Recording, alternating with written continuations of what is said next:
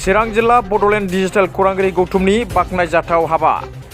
चिरां जिल्लानि बर' बिजोंनि खौरांगिरि बिथांमोना रादाब बुथुमनानै रायजो राजाफोरनो खौरां दैथायनि अनगायैबो सम सम सुबुं समाज सिबिनायखौ नुनो मोनबोबाय थानाय जादों।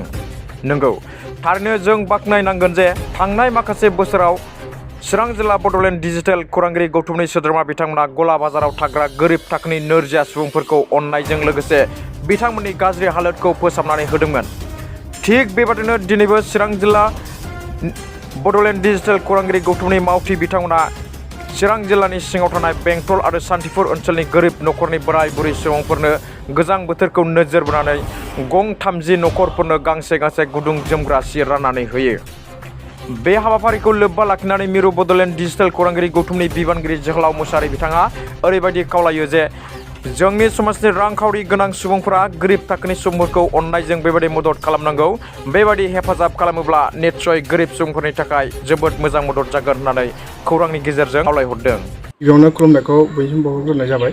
चिरां जिल्ला बड'लेण्ड डिजिटेल जार्नालिस्ट एस'सिएशन जानानै गोबाङानो थांनाय समफोराव जोंखौ नुखादों।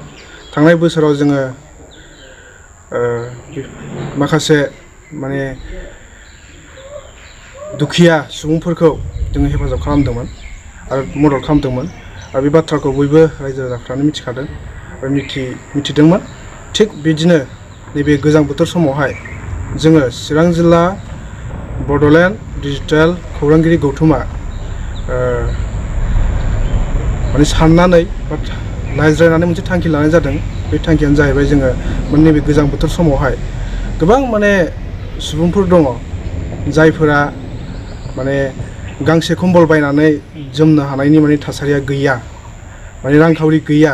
बेबायदि सुबुंफोरखौ जोङो नोजोर बोनानै जोङो थांखि लानानै जोङो जायफ्रा गांसे कम्बल बायनो हायाखै बा बायनो हानायनि अबस्था गैया, दुखुथिया सुबुंफोर बा कम्बल बायनो थाखाय रांखावरि आखायाव गैजाया, बिथांमोनखौ साननानै नैबे गोजांनाय बोथोराव बिथांमोननो जोङो माबा मोनसे मदद होनो हायो नामा बा बोरैबा मदद खालामनो हायो नामा होननानै माखासे सान सिगां जोङो सानलायदोंमोन। जयैनो सानलायनायनि गेजेरजों जोङो थांखि लादोंमोन।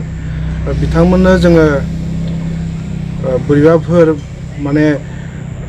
बे गोजांनाय समावहाय गुदुं कम्बल जुदि होनो हायोब्ला बिथांमोननि थाखाय मदद जागोन बा हेफाजाब जागोन होननानै दा बे थांखि लानाय बायदिनो दिनैहाय जोङो चिरां जिल्ला बड'लेण्ड डिजिटेल जार्नालिस्ट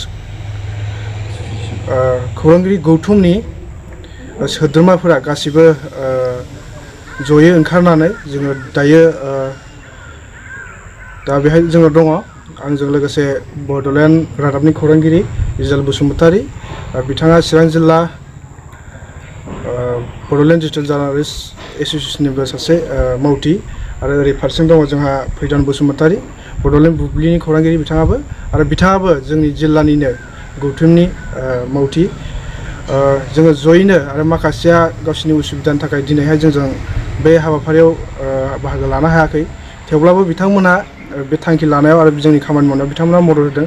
नाथाय दिनैहाय बिथांमोना जोंजों ओंखारनो हायाखैब्लाबो बिथांमोना जोंजों मदद खालामदों।